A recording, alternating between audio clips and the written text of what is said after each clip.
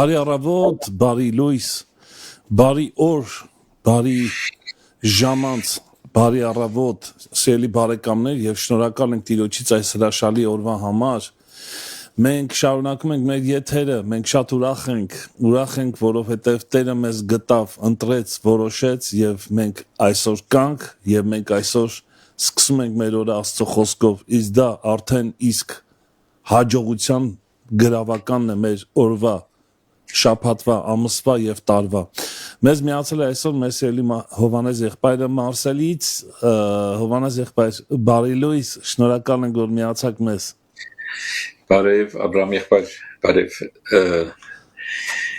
ինչպես միշտ նույն ուրախությունն է, առավոտ շուտ մեր Տերոջ խոսքի շուրջ հավաքվել։ Ամեն, փառք Տիրոջը։ Այսօրվա թեման շատ այսպես ասած շատ չխոսացված թեմա է, կարելի ասել չքարոզված եւ ինչու Աստված հայտնվեց մարմնում, շատ հետաքրքիր հարց եւ կարեւոր եւ մտածելու առիթ է տալիս մեզ եւ մենք ցերով լսում ենք քեզ եղբայրս։ Այո, որովհետեւ այս հարցը խորհուրդ է, ինչպես մենք կարդում ենք, ես անմիջապես այդ տեղը կարդամ, առաջի Տիմոթեոս 3:16, որ այսպես է ասում, եւ հայտնապես մեծ է Աստվածպաշտության խորհուրդը, գաղտնիքը։ Աստված հայտնվեց մարմնում, արդարացավ հոգով, երևցավ հրեշտակներին, քարոզվեցավ հեթանոսներին, հավատացվեցավ աշխարհումը եւ վերացավ փառքով։ Ուրեմն մենք այսօր միայն այս առաջի հատվածի մասին պետք է խոսենք, այսինքն Աստված հայտնվեցավ մարմնում։ Տեսնում եք, խորհուրդ է։ Ես ժամանակին այս նույն հարթակում խոսել եմ, որ մենք Աստծո խորհուրդների տնտեսներ ենք, մեզ այդպես է գոչում առաքյալը։ Հիմա այս մի խորհուրդը տնտեսության մաս է կազմում, որ տեսնենք, թե իրապես ինչ է այս խորհուրդը, բայց այնքան մեծ է, այնքան լայնարձակ, բազմակողմանի, որ ես ուղղակի խտացրել եմ մի գաղափարի շուրջ, թե Աստծո համար դա ինչ է ներկայացնում, որովհետև երբ այս հարցը տալիս ենք մարդկանց, անմիջապես մենք ասում ենք, որ մեզ փրկելու համար, մեզ համար, մեր ուրեմն մեզ կյանք տալու համար, մեր հոգևոր ընթացքը կատարելու համար եւ այլն։ Այո, դրանք ճիշտ են իհարկե, դա բազմազան է, բայց հետաքրքիր է իմանալ, թե Աստծո համար դա ինչ է նշանակում։ Ինչու էր իրեն պետք մարմնանալ։ Սա է հիմնական ուրեմն կետը, որի շուրջ ուզում ենք կենտրոնացնել սա։ Հովհաննես եղբայր, կներես մի հարց տամ, հետո շարունակես, շատ չեմ ընդհատելու քեզ, բայց էսի կարևոր բան է սկզբի համար։ Երբեմն մեր մեջ Աստվածպաշտությունը շատ ուրիշ ձև է ասոցացվում։ Մենք կարծում ենք, թե Աստվածպաշտությունը դա աղոթել է, գիրք կարդալ է, եկեղեցի հաճախել է, չգիտեմ, իհարկե դա մտնում է Աստվածպաշտության մեջ, բայց այստեղ կարծես թե Աստվածպաշտությունը շատ ավելի խորն է տանում մեզ սա բացահայտելու, ինչ որ ճշմարտությունը բացահայտելու ինչ որ ճանապարհ է այդ իմաստով նաև, հա, Աստվածպաշտությունը, այսինքն եթե ես ասում եմ ես Աստվածպաշտ եմ, նշանակում է այս խոսքերը իմ կյանքի մեջ հասկացված պետք է լինի, գիտակցված պետք է լինի։ Այս Աստվածպաշտությունը ստեղ մի տեսակ կարծես ավելի խորն է տանում ես։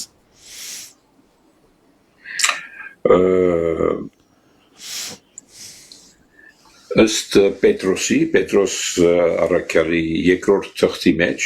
թղթի առաջի գլխի մեջ առաքյալը մեզ ցույց է տալիս աստվածպաշտության էությունը եւ նա ասում է որ աստվածպաշտությունը Աստծո բնությանը հաղորդակից լինելու համար է, այսինքն նրան նմանվելու համար է։ Ես կարդամ այդ տեղը, տեսնեք ուրեմն ինչպես է ասում, ուրեմն երկրորդ Պետրոս առաջին գլուխ երրորդ համարը 3 եւ 4 Ինչպես որ նրա աստվածային զորությունը շնորհեց մեզ այն ամենը, որ կյանքի եւ աստվածպաշտության համար պետք է նրա գիտությունովը, որ մեզ կանչեց փառքով եւ առաքինությունով, որոնցով ամենամեծ եւ պատվական խոստումներն էլ տրված մեզ,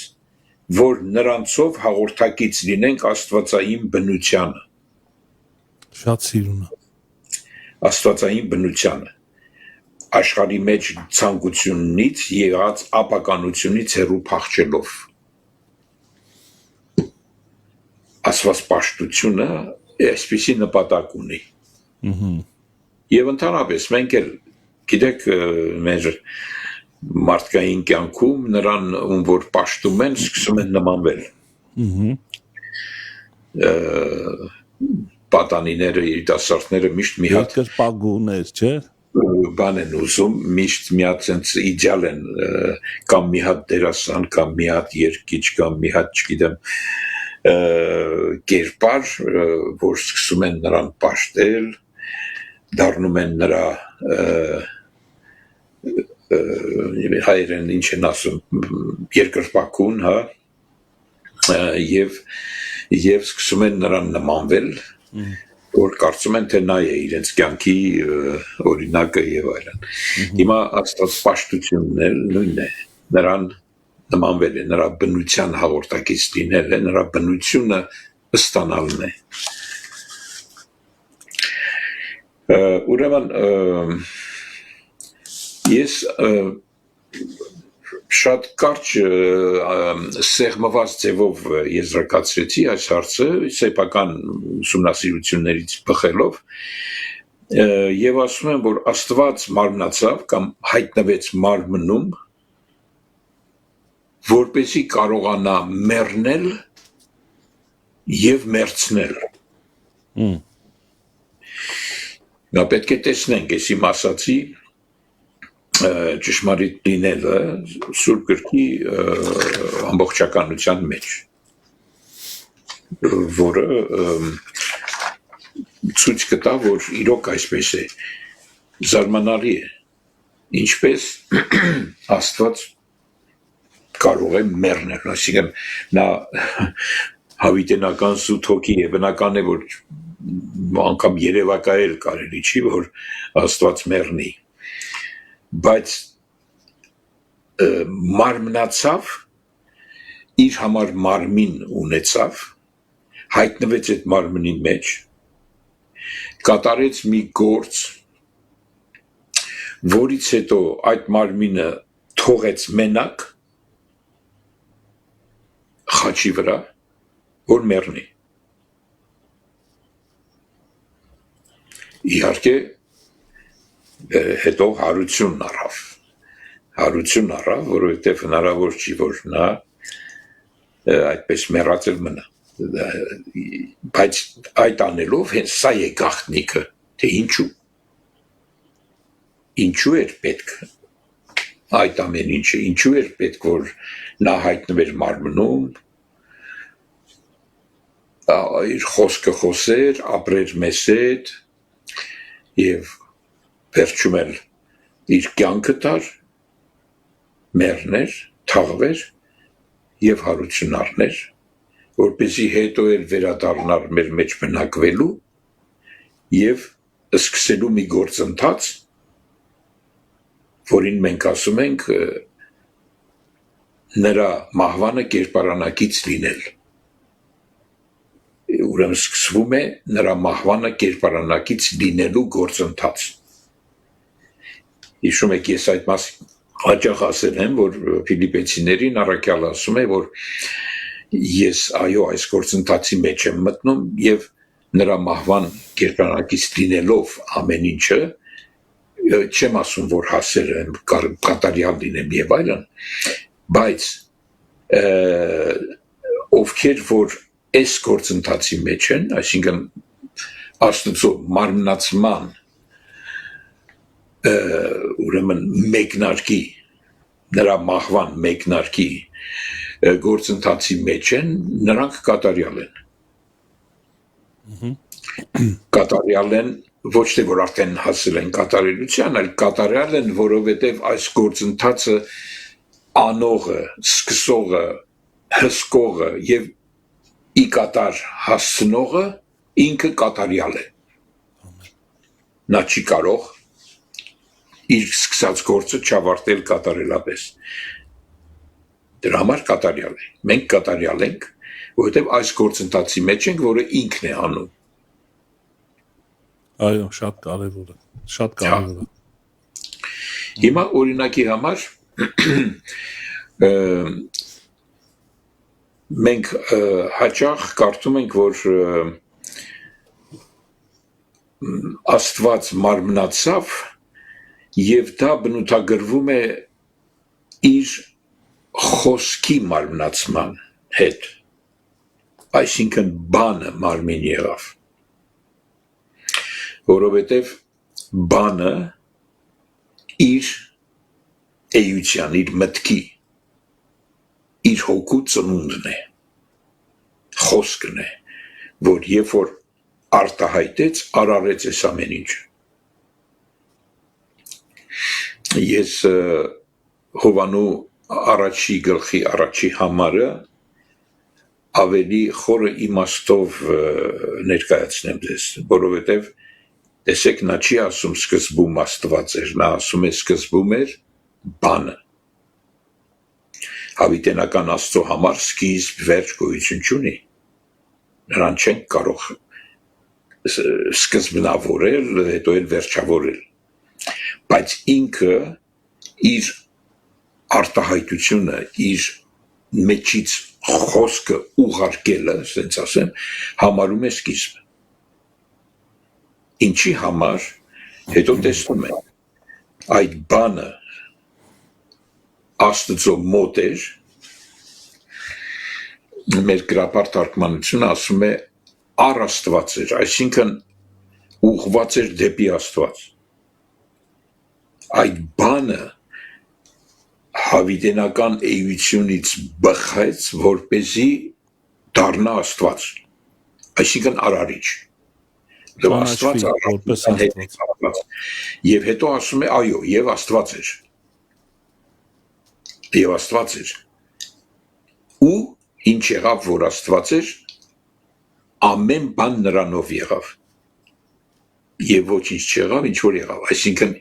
արարչությունը տեղի ունեցավ։ Սա կարևոր եմ համարում ի նկատի ունենալ, որ այս բանը հենց Աստծուց դուրս ելած, օծված խոսքն է, իր կյանքի արտահայտությունն է, իր վերարտադրությունն է, ինքն իրեն վերարտադրում է, միտքը վերարտադրվում է, խոսքով խոսք է ծնվում եւ այդ խոսքը իր որդին է։ Սա շատ կարևոր կետ է եւ այդ խոսքը մենք կարդում ենք Հովանու առաջի գլխի 14 համարում ասում է եւ բանը, այդ բանը, որ ի սկզբանե էր, մարմին եղավ եւ բնակվեց մեր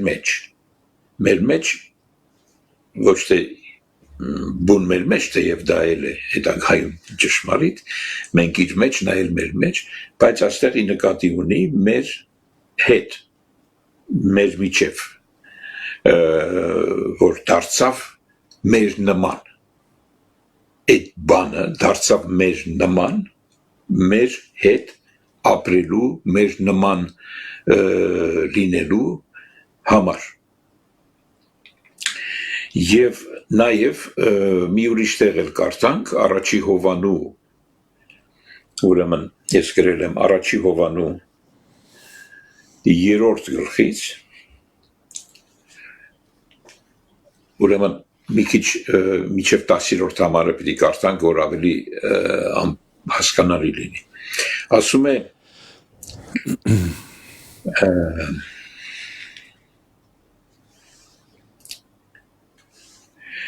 տեսեք, թե հայրը ինչպիսի սեր շնորհեց մեզ, շատ հետաքրքիր է, Հովհաննեսը գիտեք, որ միշտ դեպի սերն է ուղղում իր բոլոր գաղափարները, հրաշալի մի առաքյալ է։ Ինչպիսի սեր շնորհեց, որովհետև այս սերը, ես քիչ առաջ ասացի, Աստված հայտնվեց մարմնում որպեսի մեռնի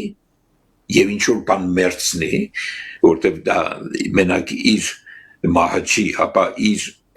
մահի հետ ուրիշ գործ է կատարում, բայց ընդհանուր առմամբ սա իր սիրո արտահայտությունն է, ուզում է ասել, տեսեք, որքան շատ եմ ձեզ սիրում, որ իմ կյանքն եմ տալիս, այնպես սիրեց աշխարհը, արարչությունը, մեզ էլ հետը, որ իր միածին որդին տվավ, տեսնում ես, սիրո հետ է կապված, այս իր մարմնացումը շատ հետաքրքիր է, այս տեսանկյունից դիտել։ Եվ վերջին հաշվով տեսնում ենք եւ կտեսնենք, թե ինչու էր այս ամենը, որպեսզի իր որդիների կողմից այդ սերը պատասխանվի, որտեվ չեմ հոգնի կրկնելու Եսայի 55:11, որ այն խոսքը, որ իրանից դուրս ելավ, պարապ հետ չի դառնալու, հապա կատարելու է իր ուզածը եւ հաջողվի, ինչի համար, որ նա նրան ուղարկեց,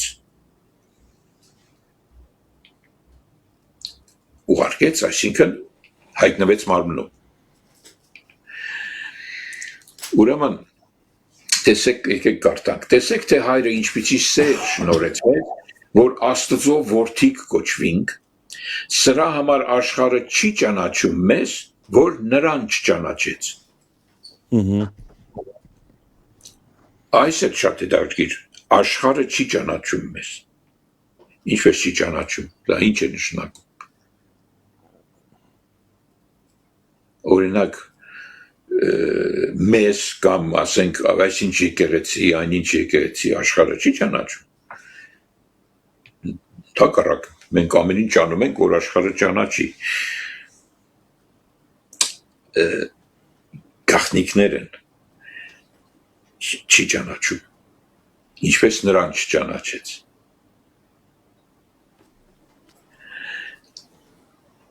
Ով աշխարհը, բայց այստեղ թաքնված է մի բան, որովհետև աշխարհը ասածը չի ճանաչում, բայց ինքը եկել է, որ ճանաչվի։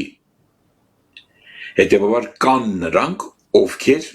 կճանաչեն եւ որոնց համար եկել է, որ ճանաչեն, որտեղ ինքը գիտեր, որ աշխարհը չի ճանաչելու։ Այդ աշխարհը ասածը չի ճանաչելու նրան։ Բայց համենայն դեպս սերը ցույց է տվել նրանց հանդեպ, ովքեր կճանաչեն նրան։ Ովքեր են սրանք, որ կճանաչեն նրան, իրենները, իր որդիները։ Սիրելիներ, հիմա Աստծո որդիկ ենք, եւ տակավին հայտնված չէ, թե ինչ պիտի լինենք, բայց գիտենք, թե երբ որ նա կհայտնվի, նրան նման կլինենք, որովհետև կտեսնենք նրան ինչպես որ է։ Հրաշալի մի բան, այսինքն մի ուրողություն, որ թեև որդիկ ենք, բայց այս իրավիճակի մեջ, որ մենք որդիկ ենք, հիմա մենք այս մարմնի մեջ,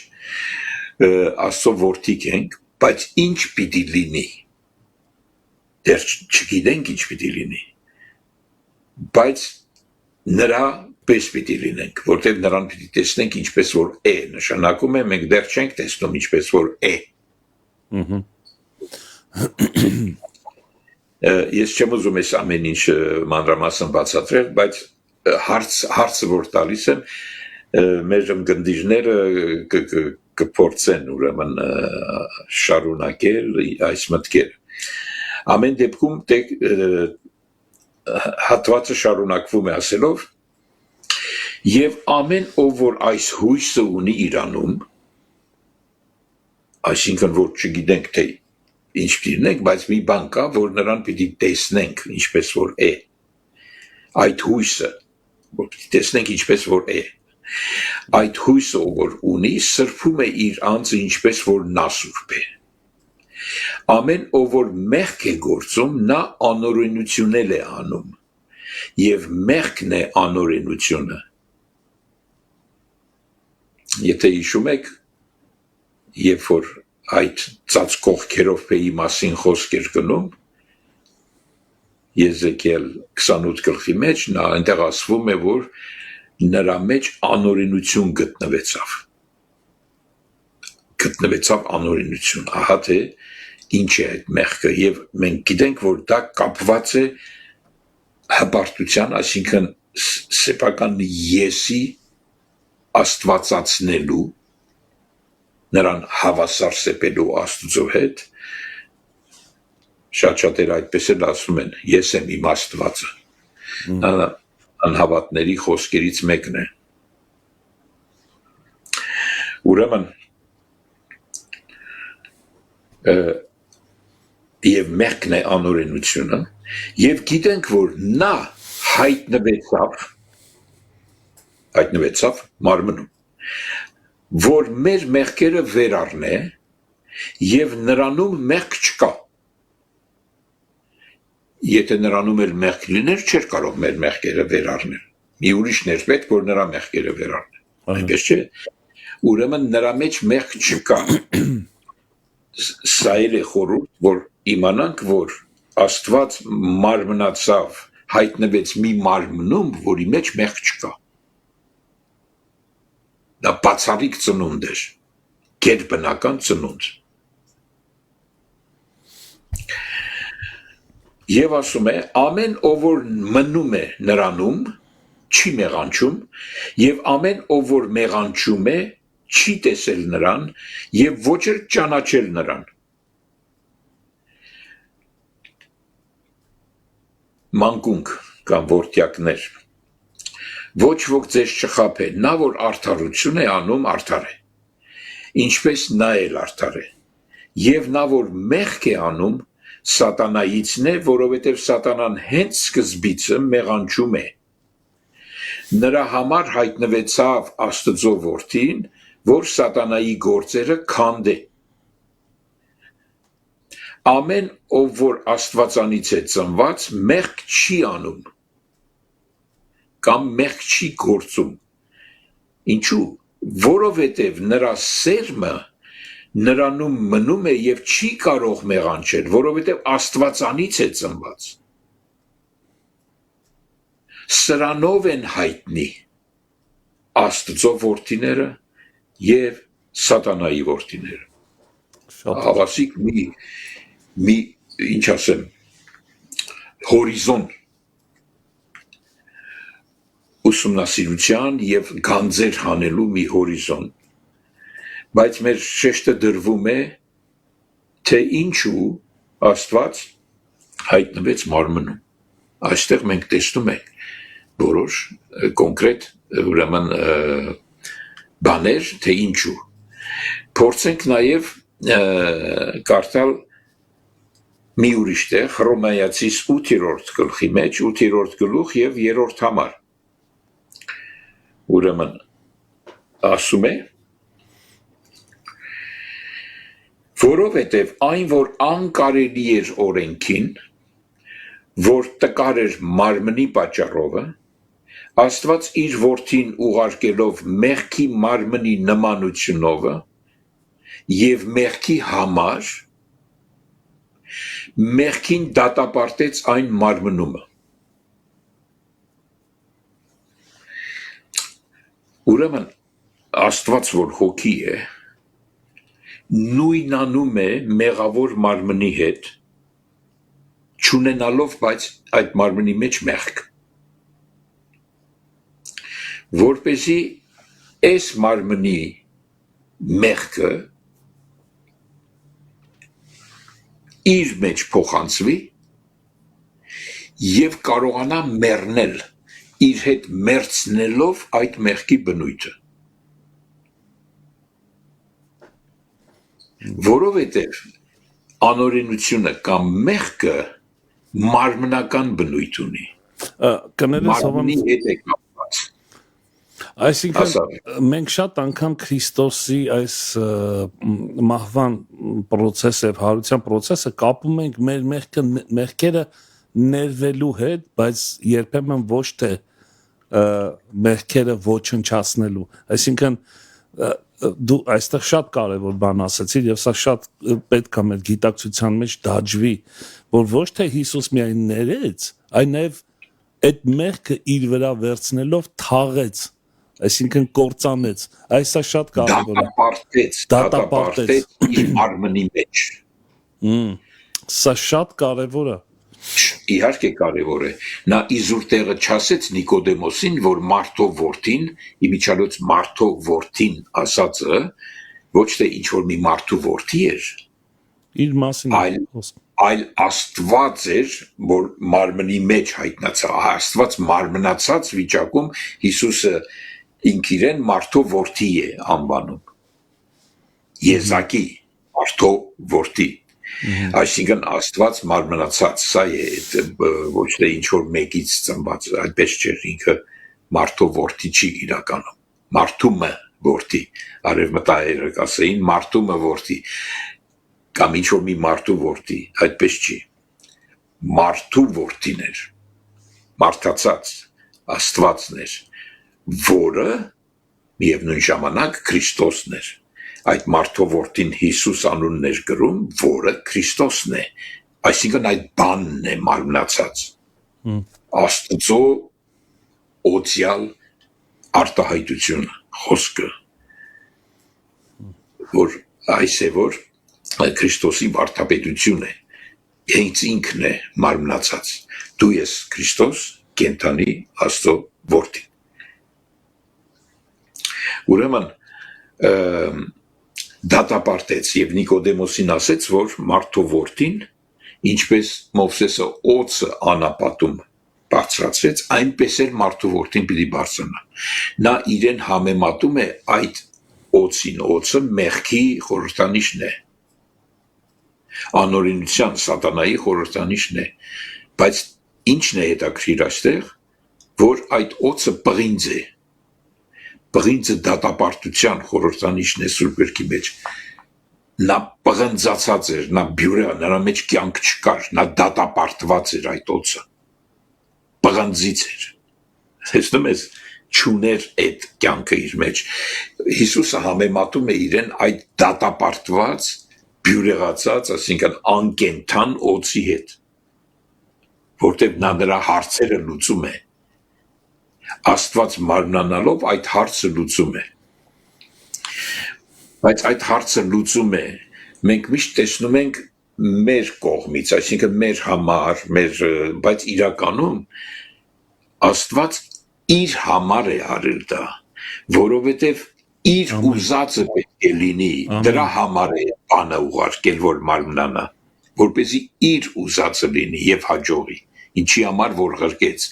իսկ Աստծո ուզածը մենք շատ ենք խոսել, դա իր էության ամբողջական արտահայտությունն է, այսինքն եթե նա սիրում է, ուրեմն պետք է սիրվի, եթե նա լույս է, ճանաչում է, ուրեմն պիտի ճանաչվի, եթե նա հայր է, հոգի է, որ ծնում է, հոգուց ծնում է, ուրեմն դառնում է հայր, ծնվածը դառնում է որդի, ուրեմն որպեսզի այս որդին վերադառնա իր հորը, ահավասիկ ինչու պետք չէ, որ պարապ տեղը հետ չդառնա, երբ որ նա արտահայտել է, որպեսզի իր ուզածը հետ դառնա, այսինքն սա խորիմաստ բան է իր մեջ պարունակում,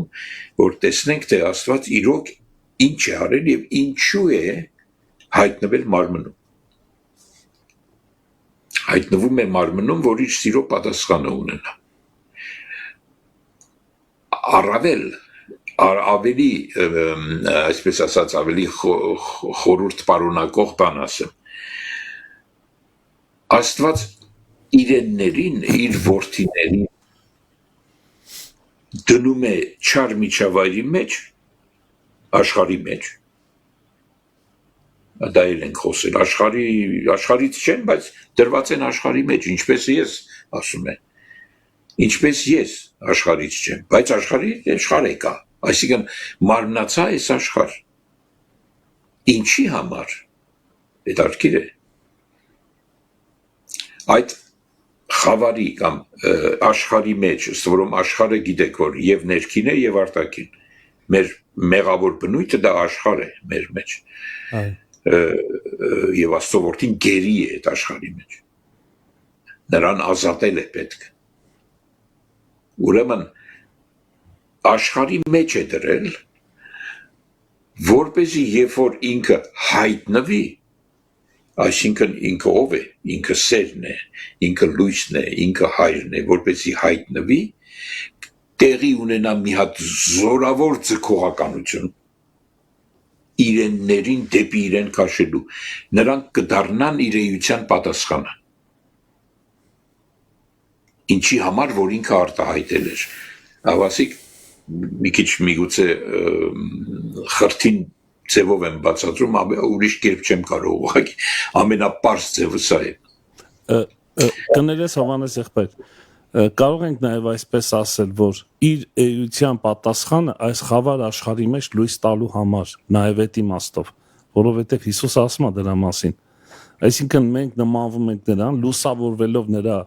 լույսով, մենք լույս ենք արձակում աշխարհի մեջ։ Լույս ենք անում արձակում աշխարհի մեջ, որպեսզի մյուս լույսի որդիները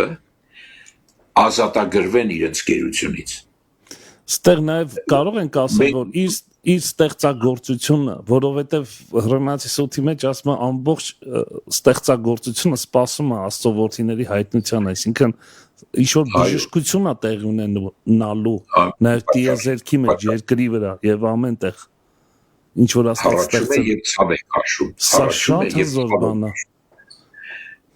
Այո, որովհետև նա մարմնի մեջ հայտնվեց ոչ միայն իրենների համար, այլ ամբողջ առողջության համար։ Որտեվ հիվանդը փաստորեն առողջությունը եւ բժշկելու կարիք։ Նա այդ մեղք ասացի անեծքը գրում է երկիրը։ Շատ սիրուն։ Դա բնորոշվում է փուշ եւ տատասկով, փուշ եւ տատասկ ծնանի։ Բայց այդ փուշ եւ տատասկը մի հատ ամբողջ բան է, ամբողջություն է, փուշ եւ տատասկա ամեն տեղ, մարմինը, շունչը և հոգին փուշ և տատասկի մեջ է, ամբողջ բնությունը փուշ և տատասկի մեջ է, մենք տեսնում ենք բնության գեղեցկությունը և այլն, և Աստված ասում է, որ այս բնությունով Աստծո աներևույթ լինելը երևում է, այո, երևում է, բայց երևում է նաև այդ ցավը և հառաչանքը այս մեր աշխարհ կոչվածի, այս մեր երկրագունդի, մենք տեսնում ենք դա ամեն օր, ինչի պատճառով, ես վստահորեն ասում եմ, մեղքի պատճառով, այս տարի ամբողջ Ֆրանսիայի արևմուտքը վառվեց, այնպիսի տեղեր, որ հրաշալի տեղեր էին, ես եղել եմ այդտեղ, Ժիղոնդ կոչված այդ ամբողջ շրջանը, Արկաշոնից մինչև Բորդո, սարսափելի կրակ, ոչ միայն Ֆրանսիայում, ամեն տեղ, հրդեհներ, ինչու է սա տեղի ունենում, որովհետև մարդը իր եսով ուզում է բարելավել իր կյանքը, բարելավում է, այդ բարելավելը խոչ պատոп, հա, այդ կարգախոսով, ինձնից հետո թեկուզ ջրերեղ։ Ինչու, որովհետև կեր խմի վաղը պտի մեռնես սկզբունքով են ապրում, նրանք չեն հավատում։ հարության չեն հավատում։ Ուրեմն կեր խմի, վաղը պիտի մեռնես։ Հնարավորին չափ մի հատ կյանք ունենք, չէ՞։ Վարվում է, հետո ինչ որ վարվում։ Ես մեքենա ունեմ, ածխած թթու գազ եմ վառում եմ բենզինը եւ ինչ եմ անում, կեղտոտում եմ մթնոլորտը։ 1, 2, 3 միլիարդ ամբողջ երկրագնդով մեկ միլիարդավոր լիտրեր դուրս ենք բերում հողի տակից, միլիարդավոր լիտրեր ամեն օր վառում ենք։ Առաջընթաց է, չէ՞։ Եվ բարելավում ենք։ Մարդը բարելավման խենթ է, անպայման պիտի բարելավի։ Եվ ինչ ենք անում վերջին հաշվով։ Վերջին հաշվով մեզ թթվածին տվող ծառերը վառվում են, թթվածինի փոխարեն ավելի ածխածին են արտադրում, դու չես պատկերացնի ինչ ահավոր գործ են կատարում այս հրշեջները, 3500 հոգի ամեն կողմից հանգցնում են, մեկ էլ մի հատ ծառ, որ վառվում է, քամին փչում է, այդ ծառի վառված ճյուղերը շպրտում է, աջ, ձախ, արևելք, արևմուտք, այդտեղ նորից հրդեհ է առաջանում, դե արի դրա հետևից ընկի, ահավոր է։ Բայց դա չէ միայն խնդիրը, երկրագունդը տաքանում է, մյուս կողմից օվկիանոսները, ծովերը գոլորշիանում են, նույն քամին փչում տանում է Հնդկաստանի վրա, այնտեղ ջրհեղեղ է։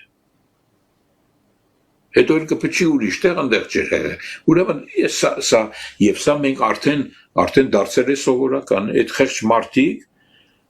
ամեն տարի վախում են, արդյոք ստեղ շարունակենք մեր տունը վերակառուցել, թե չէ։ Վերակառուցենք, թե չէ, 250,000 մարդ էվակուացիա եղան այդ տերիտորիաներից, այդ տարածքներից։ Իհարկե, կամաց վերադառնում են, բայց վերադառնում են, տեսնում են իրանց տունը լրիվ վառվել։ Ուր են վերադառնում։ Հիմա հարց է առաջանում, հետո հիմա աշունը պիտի գա, հիմա էլ տունը ինչ որ սարքեն եւ այլն, հիմա էլ ջրհեղեղը պիտի վնասի այդ տան։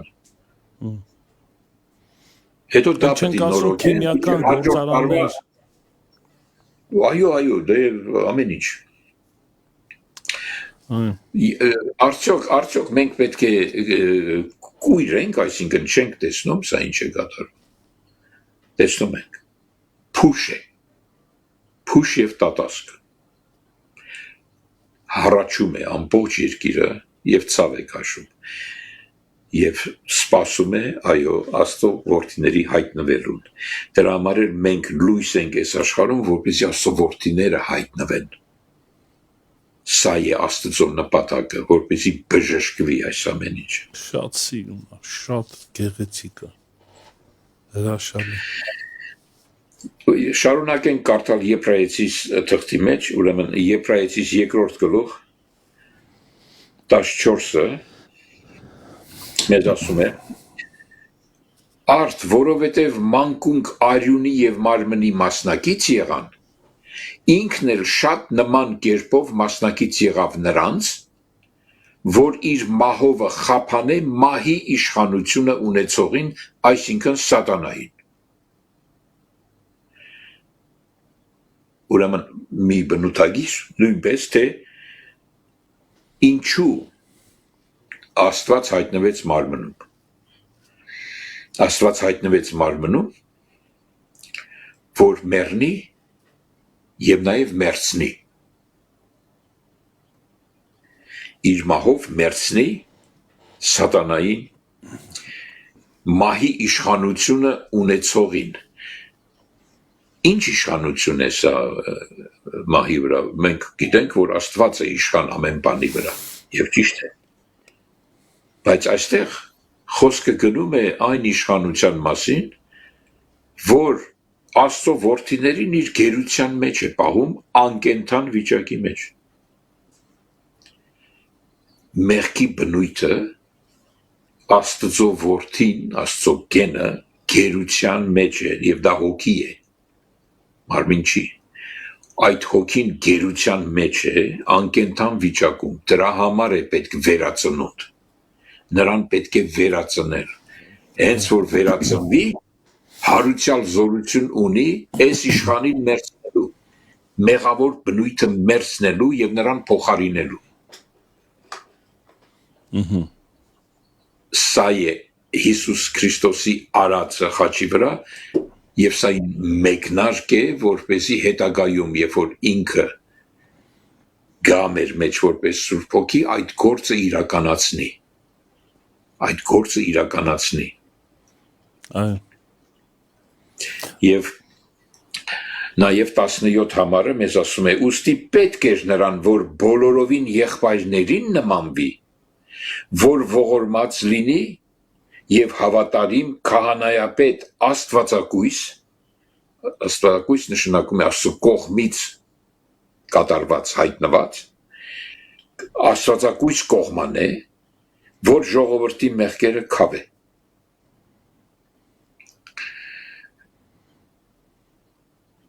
Սա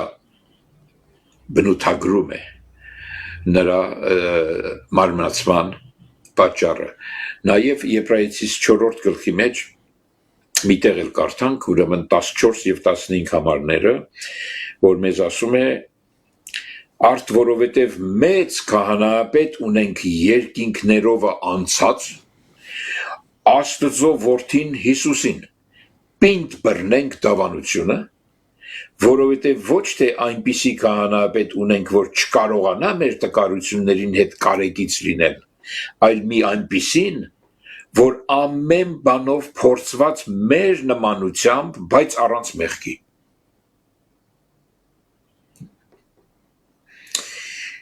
Ինչու Աստված հայտնվեց մարմնում։ Հավասիկ մի քանի պատասխաններ Սուրբ գրքից, որոնք կարող են ուղղորդել մեզ այս հարցը բարձելու։ Միևնույն ժամանակ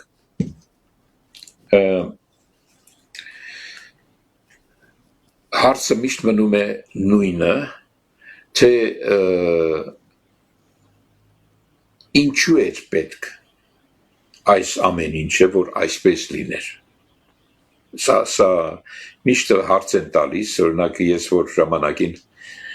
երիտասարդ էի, իմ աթեիստ ընկերները միշտ այդպես հարցեր էին տալիս, դժվարանում էի պատասխանել, հիմա էլ եմ դժվարանում, նրանք հարցեր չեն հեշտ ձևով լուծվելու, որտեղ Աստծո խորհուրդների գաղտնիքների մեջ են։ Բայց ինչպես անցած անգամ ես խոսեցի զարմանալի մի երևույթի մասին, որ Աստված լույսը խավարից զատեց։ Թե ինչի էր պետք այդ խավարը պահպանել, այսինքն ինչու ինքը ստեղծեց մի միջավայր, որտեղ իր երեսը ծածկում է, այսինքն լույսը ծածկում է, ինքը լույս է, ինչու է պետք դա, այ նույն հարցն է, որովհետև ըստ էության Աստված իր էության պատասխանը, իր սիրո պատասխանը,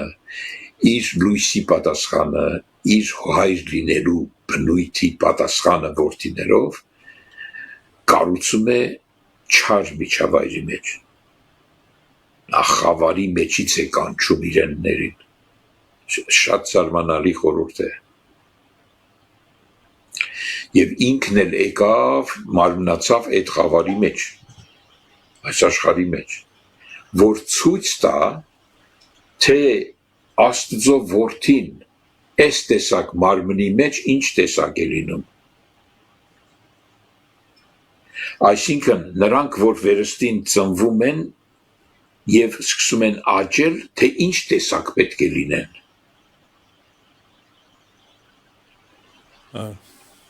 Նաև դրա համար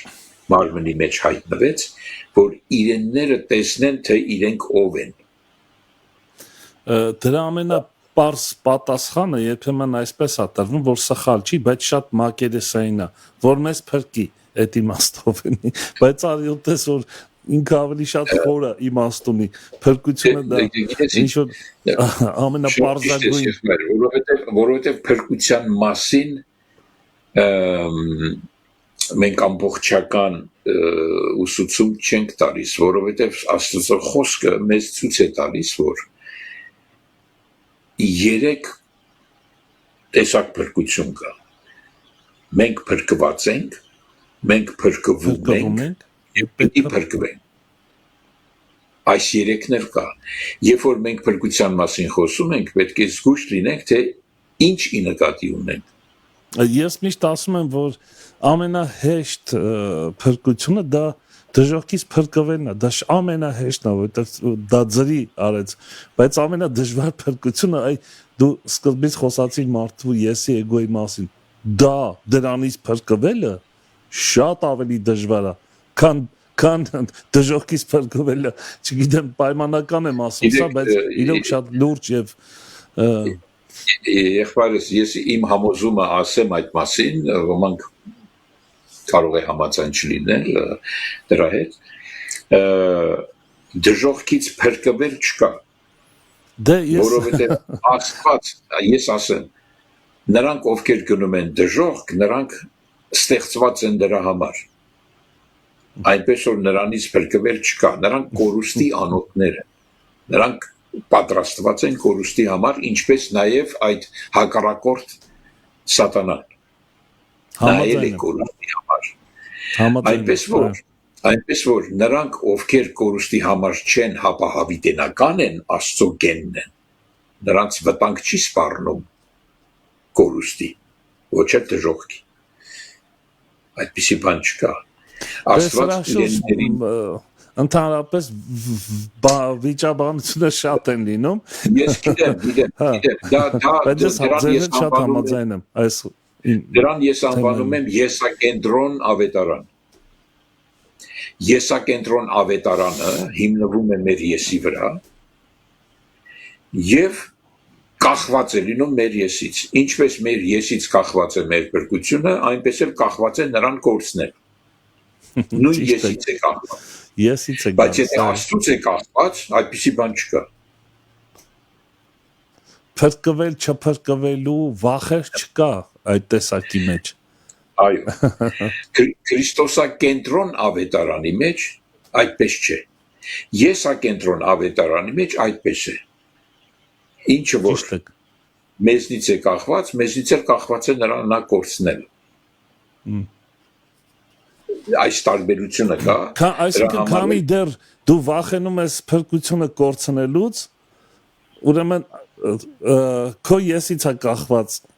այդ ամեն ինչը։ Այսինքն եսակենտրոն ավետարան է դա։ Այո, որովհետև դու ես վախենում, որ կկորցնես։ Բայց Աստված չի վախենում իրեններին կորցնելուց, այդպիսի բան չկա։ Ոնց կար Աստված վախենա հանգարց իր որդին կորցնի։ Նա չի վախենում։ Նա ամեն ինչ արել է, որ փրկի նրան եւ փրկում է։ Դրա համար եմ ասում, նա իզուր տեղը չի Ես համաձայն եմ ձեզ հետ։ Այլապես ծախողված Աստված կհամարվի։ Այո, պայմանական է այդպես։ Բայց Եսայի 55:11 ասում է, որ իր արտահայտությունը պարապ հետ չի դառնալու, այլ պետք է անի իր ուզածը, իր կամքը եւ հաջողի։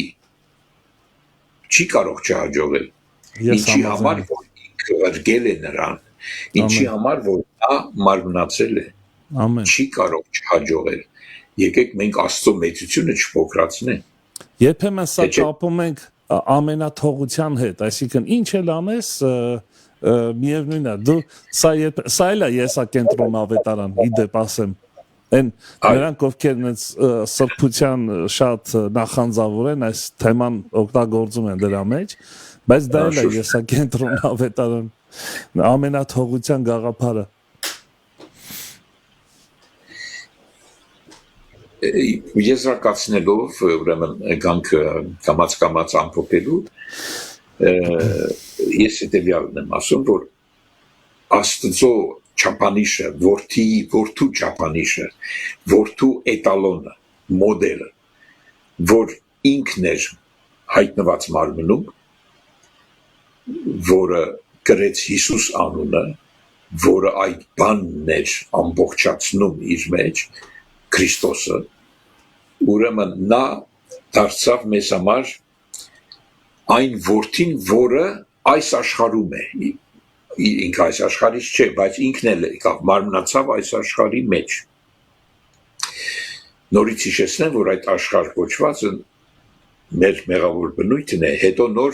այդ մեղավոր բնույթի տարբեր արտահայտություններ աշխարհի մեջ։ Ուրեմն Աստված իր որդիների միջոցով է արտահայտում իր բնությունը, որտեղ Աստված ոչ միայն էություն ունի նաև բնություն, ոչ թե ով է, այլ նաև ինչպիսին է։ Հատկանիշների մասին է խոսքը։ Ուրեմն որ մենք նայում ենք, թե ինչպիսին է, այդտեղ տեսնում ենք, որ իր որդիների միջոցով է ցույց տալիս, թե ինչպիսին է։ Ուրեմն նրա անվանակոչումները, դուք գիտեք, մենք ասում ենք 7, բայց ես 15 անվանակոչումներ դուրս բերեցի, որոնցից հիմնականում այո 7-ն են, հիմնականները, ատրիբուտները, նրա ստորոգելիները, օրինակ փրկիչ է, նրա փրկիչ լինելը, ինչպես ենք տեսնում, ում միջոցով, իր որդիներին փրկում է և տեսնում ենք նրա փրկիչ է բնույթը, բժիշկ է, Ռաֆայել, եբրայերեն, և որտեղ ենք տեսնում նրա բժիշկ լինել, և որ իրեններին բժշկում է, որ նրա վերքերով բժշկում ենք, այդտեղ ենք տեսնում նրա բնույթը, նրա բնությանը հաղորդակից ենք լինում, դա շատ հետաքրքիր խորհուրդ բան է, դա էլ հենց ոնց որ ասեցինք աստվածպաշտություն է, նրան ասում ենք հոգատար, հոգ տանող, հիր է,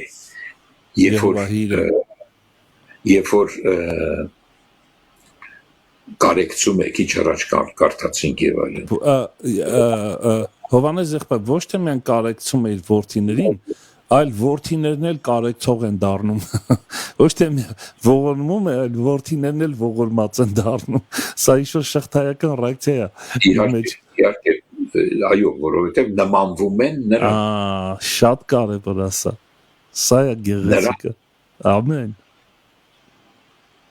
Բայց այդ նմանվելը նրան տեղի է ունենում մի շատ կարևոր գործընթացով, որի համար Աստված մարմնացավ։ Դա կոչվում է նրա մահվանը կերպարանակից լինել։ Միանշանակ։ Ուրիշ ճանապարհ չկա։ Մեր եսի մահով է պայմանավորված։ Դրա համար շատ կարևոր է, որ ոչ թե եսակենտրոն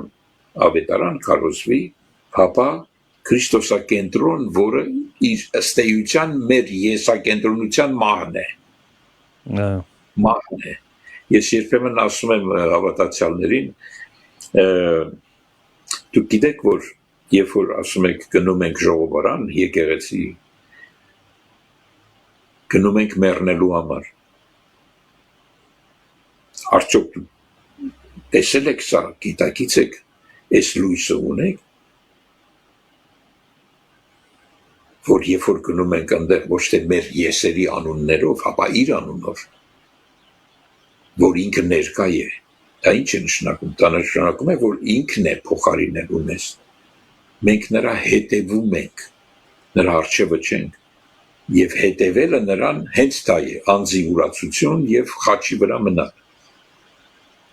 խաչի քարոզչությունն է սա,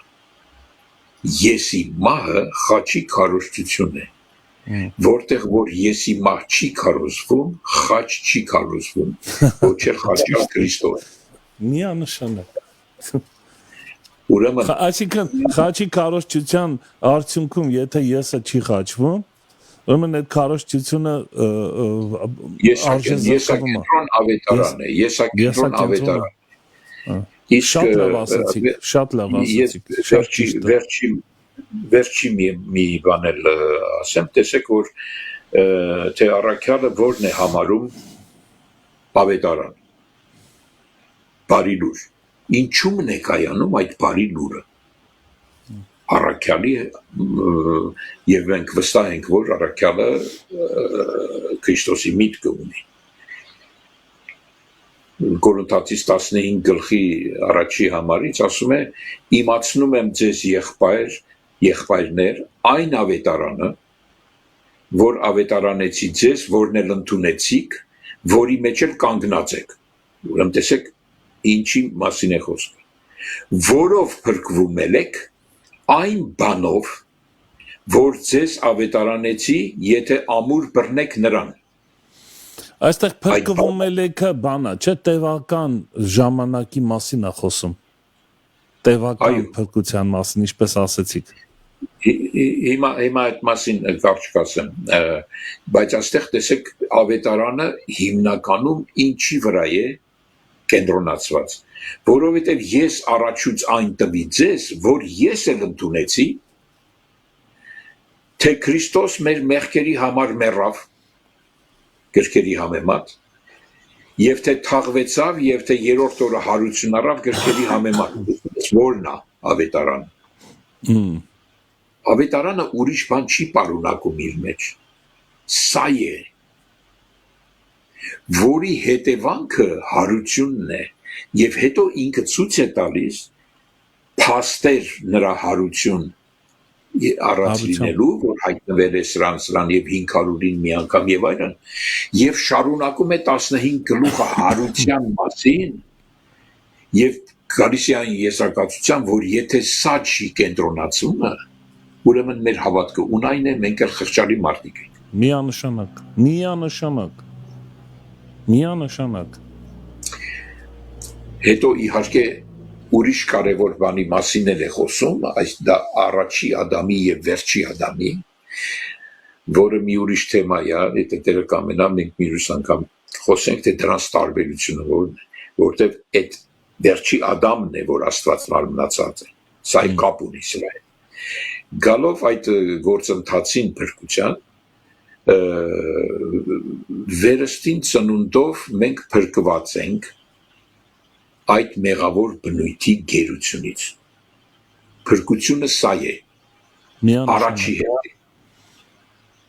Դժոխք դրանք մի կողմ դրեք, որովհետև ասում եմ, եթե մենք մեր եսից է կախված, այո, մեր եսից էլ կգնանք, չենք գնա, մենք ենք որոշելու։ Բայց Աստված այդպես չի աշխատում։ Աստծո բարի լուրը հետևյալն է, որ ինչի համար որ ինքը եկավ եւ մահ թաղում եւ հարություն սա է ուրիշ խորհուրդ չկա նրա մարմնանալու ուրեմն վերստին ծնունդը այն միակ խորհուրդն է միակ իրողությունն է որը Աստծո գենը փրկում է մեղավոր բնույթի գերությունից նրան վերածնում է կենթանացնում է դարձնում է կենթանի պարունակելով իր մեջ ամբողջ մի հարուցյալ սովորություն, որով սկսվում է փրկագործությունը, այսինքն փրկության ընթացք, փրկվում ենք, ինչ է նշանակում սա, նշանակում է, որ այդ հարուցյան զորությունը սպանում է մեր մեղավոր բնույթը, նրան փոխարինելու համար, սա փրկության գործն է եւ մենք ամենայն զգուշությունով առաքյալ ասում է ահով եւ տողով պիտի գործենք այս փրկությունը ոչ թե փրկվենք փրկվածն է գործում իր փրկությունը ուշադիր պիտի լինենք Աստծո որդու վերստին ծնվածի աճին որի համար Աստված մարմնացավ որպես մոդել որ տեսնենք պիտի աճի միջև ուր որ Քրիստոսի հասակին հասնի։ Սա է փրկագործությունը, այսինքն փրկվում ենք։ Եվ հետո,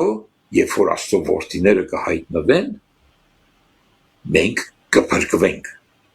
Այսինքն այդ վերջնական փրկությունը ոչ միայն մենք, Հապա ինչպես ասացինք, ամբողջ արարչությունը կազատվի, ինչից կազատվի այդ չար միջավայրից։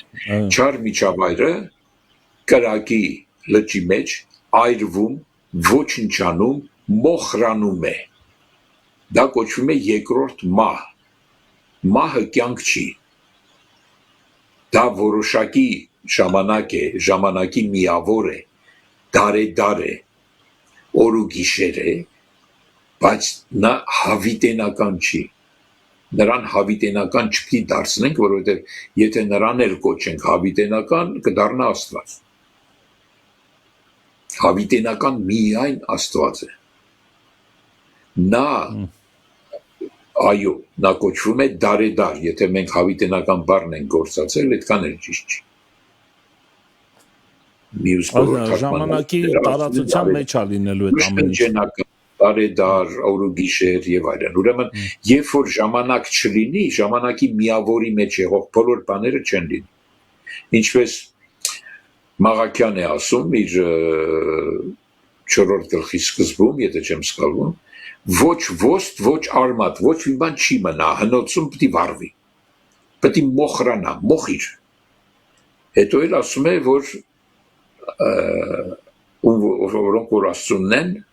այդ ամբարիշների մոխիրի վրա պիտի քայլեն։ Ամեն։ Սրանք խորհրդածելու բաներ են, ես այս ասում եմ եւ այն հույսով, որ մարդիկ կանդրադառնան դրան, որովհետեւ եթե խոսքը սրան բերեց, ես չեմ գտնում ոչ մի իմաստ հավիտենական Աստծո կողքը ստեղծել մի հավիտենական տանջանք, որը իրանից կյանք է ներկայացնում, թեև տանջանքի կյանք է։ Ինչ տարբերություն։ Կյանք է։ Բայց մահ չի։ Աստծո խոսքը մեզ ասում է երկրորդ մահ, ոչ թե երկրորդ կյանք, տանջանքի կյանք։ Ուրեմն խորհրդածելու բան է, ովքեր որ համաձայն չեն, թող Աստվածաշունչը ավելի խորը սերտեն իր բնօրինակի մեջ եւ այլ, այսինքն դա նենց հարցեր են, որ մեզնից պահանջում է գնալ ճշգրտել նաեւ թարգմանությունները։ Թող Աստված օրհնի ես խոսքերը իր կամքի համեմատ իր որդիներին աճեցնելու եւ մեր Տեր Հիսուս Քրիստոսին նմանեցնելու գործընթացում։ Ամեն, ամեն։ Փաստորեն եկանք այս եզրակացության մեկ խոսքով, որ Աստված մարմին հագավ, այսպես ասած, բնակվեց մեր մեջ, որպեսի մեզ քաշի դեպի իրեն եւ իր նման դարձնի իր որդիներին դարձնի լուսով որդիներ։ Մի խոսքով սա է ամբողջ Տիրոջ հավիտենական ծրագիրը կարելի ասել։ Մենք մի խոսքով ասում ենք, բայց սա իրոք ինչ ասեմ, տևական եւ մեզանից պահանջում է ուսումնասիրել, խորհել, մտածել, հասկանալ, ցուցիչներով առաջնորդվել, որպեսզի մենք հասկանանք որքան ենք մոտեցել նրան, որքան ենք նմանվում, որքան է մեր բնույթը նույնականացված նրա բնույթի հետ եւ այսպես շարունակ մինչեւ որ հասնենք մեր կատարելության, այսինքն Քրիստոսի պատկերին կերպարանակից լինելը։ Սա իրոք սա է հոգեվոր կյանքի ընթացքը։ Ես ավելի կարճ ասեմ, Աստված հայտնվեց մարմնում, որպեսզի կարողանա մեռնել եւ մերցնել, ուրեմն այն ինչը որ արգելք է հանդիսանում իր որդիներին դեպի իրեն գալ։ Այո, դուք ավելի ճիշտ տվեցիք վերլուծությունը։ Այո, ամեն։ Քանի որ իր մահով մերցնում է նաև այն արգելքը, որը իրեններին թույլ չի տալիս դեպի իրեն վերադառնալ։ Լինի որպես սիրո պատասխան, լինի որպես որդի, լինի որպես ճանաչություն։ Այո։ Այլապես Հովհաննես եղբայր, կարծում եմ, եթե դա չաներ, այդ process-ը չլիներ, որը չէր կարող չլինել, դա Աստծո հավիտենական ծրագիրներ ի սկզբանե Ադամից սկսած, մենք գիտենք դրա մասին, ինչ եթե միայն մեր մեղքերը պիտի ներվեր, հենա կար այդ process-ը, անում էին հрьяաները, մի հատ ընդամենը անասուն մորթվում էր եւ վերջացավ, բայց այստեղ արի ուտես, որ միայն ներման մասին չի խոսքը, որ շատ քրիստոնյաներ կարծում են դա այդպես է, ոչ, Տերը չի խաչվել նրա համար միայն, որ մեզ ներեց, այլ խաչվեց, որպեսզի իր մահով թաղի մեր, այսպես ասած, մարդկային բնույթը եսը, եւ նոր մարդարություն առնի վերստին ծնունդով։ Ամեն։ Ես չգիտեմ այս հարցակում ասել եմ թե չէ, բայց մի հատ պարզ օրինակ եմ ես ցույց տալիս, որ եսակենտրոն ավետարանը գիտես ինչ է անում։ Այս սենյակի մեջ ջուր է լցվում, ինչ պատճառներով, ես էլ վերցնում եմ մի հատ բաժակ, ու այդ ջուրը վերցնում եմ, պատուհանից դուրս եմ թափում, վերցնում եմ, պատուհանից դուրս եմ թափում, ես եմ անում, էլի, մաքրում եմ, ես։ Հա, ինքդ քեզ մաքրում ես։ Այո, փրկում եմ այս իրավիճակը, բայց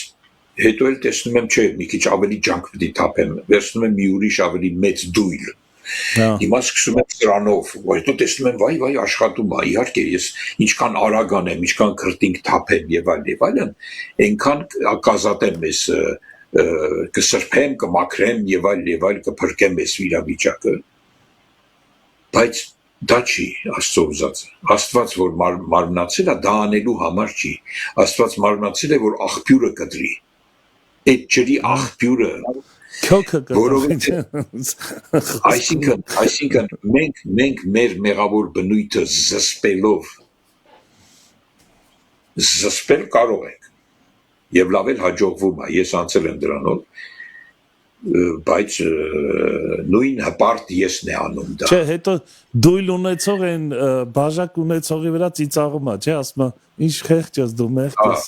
Դες ես ոնց եմ դույլով ես գործում։ Լավ ջանք չշտա։ Լավ ջանք չշտա։ Ուրեմն երբեք չի խոսվում, որ եղբայր, ախր այս մարդկանց ինչու ենք դնում այդ բեռի տակ։ Այս բեռնավորվածներին Հիսուս կանչում ասում է եկեք։ Ճիշտ է, հենց իրանց է վերաբերվում։ Ես դες ուրիշ քաղցր բեռ եմ տալու։ Դա չի։ Ես գալու եմ կտրեմ դրա աղբյուրը, այդ մեղավոր բնույթը մերցնելու եմ իմ հետ, որ էլ ջուր չլցվի դեռ։ Ամեն, ալելույա, ամեն, ամեն։ Շնորհակալ ենք Հովհաննես եղբայր այս հրաշալի թեմայի համար եւ իրոք դա այդպես է։ Գիտես, ժամանակ առ ժամանակ մենք պետքա եւ Պողոս Առաքյալը իզուր չէր ասում, ես ուզում եմ ձեր մեջ տեսնեմ Քրիստոսին խաչը ելած։ Այս խաչի փրկագնության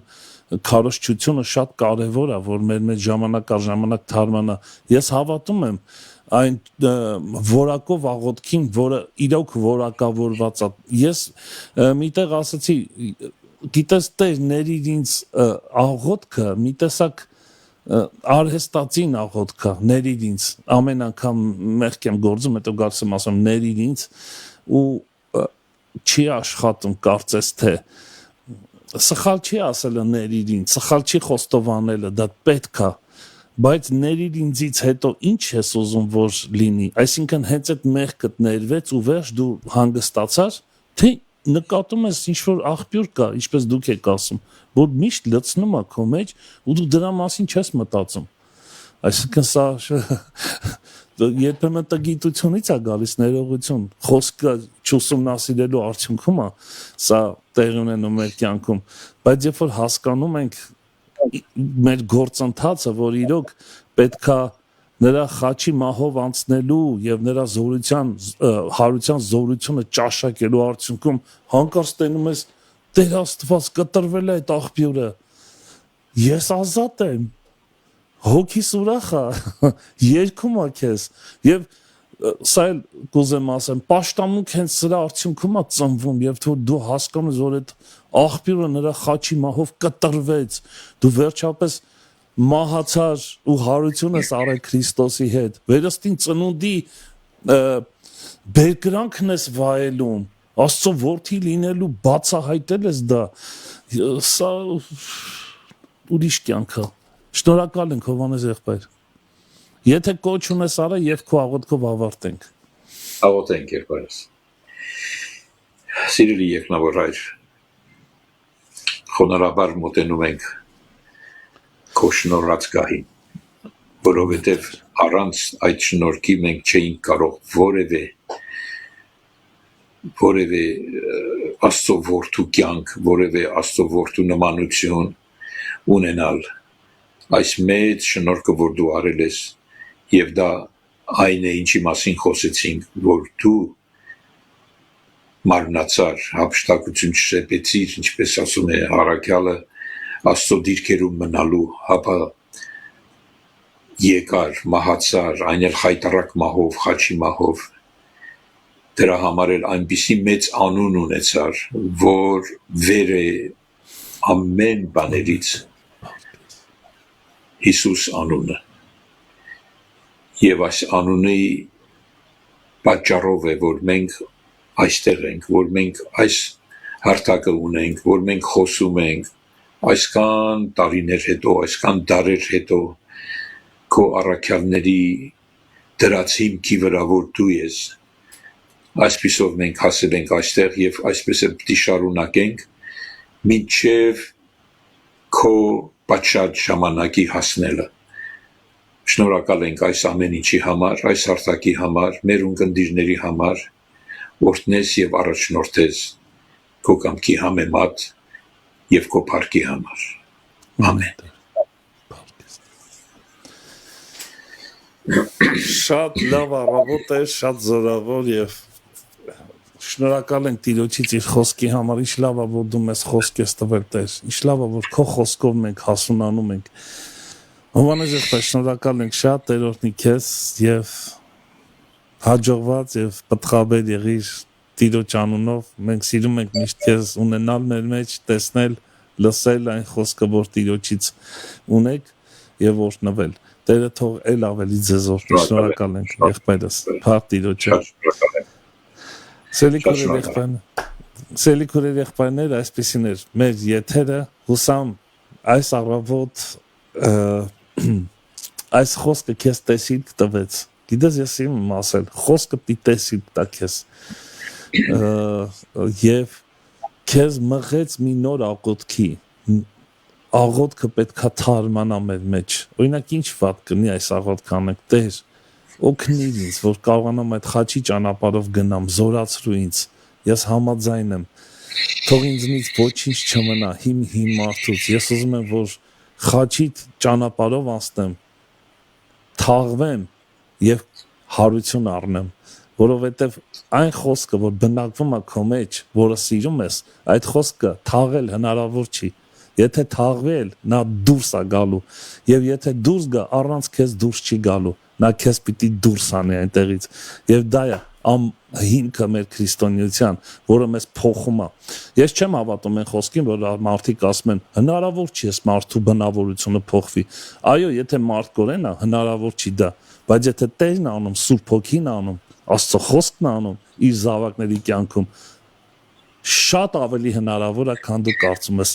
Տեր օրհնի ձեզ, մնացեք խաղաղությամբ։ Առաջ Աստված կհանդիպենք վաղը առավոտյան ժամը 9-ին։ Մարանաթա, Տերը շուտով գալու է։